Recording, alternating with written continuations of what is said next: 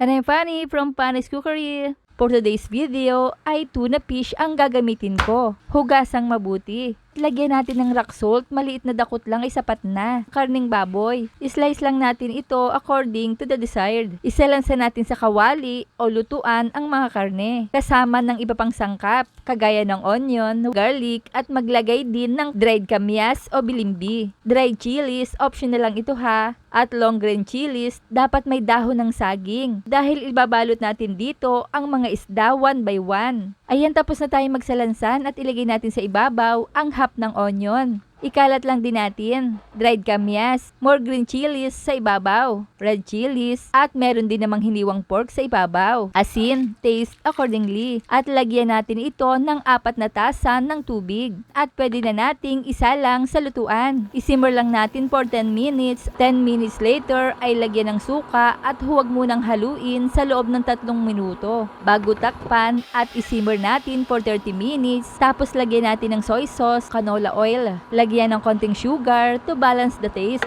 Ayan, at ituloy lang natin ang pagluluto for another 30 minutes pa. Sabaw pa lang ay ulam na. Siya ay tayo kumain na. Try na!